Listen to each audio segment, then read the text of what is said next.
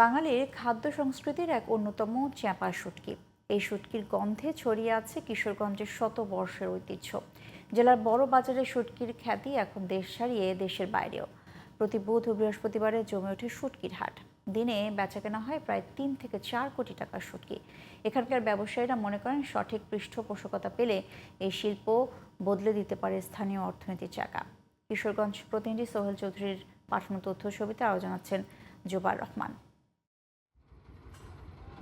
শুটকি বাঙালির রসনার তৃপ্তির এক বড় উপাদান। শুটকির হরেক রকমের রান্নার স্বাদ আর গন্ধ বাঙালির খাদ্য তালিকাকে করেছে বৈচিত্র্যময়। ভাটি অঞ্চল কিশোরগঞ্জের ঐতিহ্যবাহী বড় বাজারে শুটকি এখানকার ঐতিহ্যবাহী খাদ্য। মৌসুমে নিকলি, ইটনা, মিঠামইন ও অষ্টগ্রাম ছাড়াও পার্শ্ববর্তী সিলেট ও সুনামগঞ্জ থেকে আসে নদীর তাজা মাছ। সেসব মাছ নানা প্রক্রিয়ায় শুকানো হয় বিস্তীর্ণ হাওর অঞ্চল জুড়ে। একসময় বড় বাজারে প্রতি সপ্তাহে শত শত মন শুটকি আসলেও বর্তমানে সেই পরিমাণ মাছ উৎপাদন হয় না। এছাড়া বেড়িবাঁধ ও নদীতে মাছের খাবার কমে যাওয়াকে দায়ী করছেন শুটকি ব্যবসায়ীরা।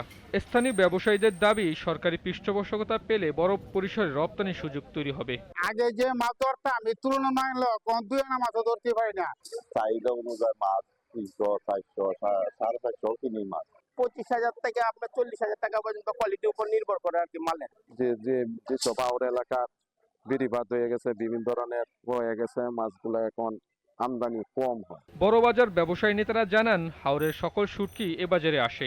এখানকার চাহিদা মিটিয়ে দেশের বাইরেও রপ্তানি করা হয়। এদিকে একটু চেষ্টা করলে রপ্তানি বাড়ানো সম্ভব। সারা কিশোরগঞ্জের হাওর বাওয়ারের যত শুটকি এই জায়গায় আসে, ক্ষুদ্র ব্যবসায়ীদেরকে যদি স্বল্প সুদে ঋণ দেওয়া হয় তাহলে আমি মনে করি বাজারটা আরো উন্নত হবে। জেলা মৎস্য কর্মকর্তার দাবি, মানসম্মতভাবে শুটকি তৈরি হচ্ছে কিনা তা দেখতে নিয়মিত শুটকি বাজারে কার্যক্রম তদারকি করা হচ্ছে। মানসম্মত শুটকির তৈরিতে যত্নশীল হওয়ার তাগিদ তার। মানসম্মত উপায়ে এগুলা তৈরি হচ্ছে কিনা আর আধুনিক প্রযুক্তিতে তারা তৈরি করতেছে, এটার সম্ভাবনা আমি মনে করি ব্যাপক। শুটকির জন্য বিখ্যাত দেশের ঐতিহ্যবাহী এ বাজারকে সংরক্ষণ ও উন্নয়নে সরকার ও মৎস্য বিভাগের আর উদ্যোগ নেওয়ার দাবি স্থানীয়দের। Zubair Rahman, GTV news.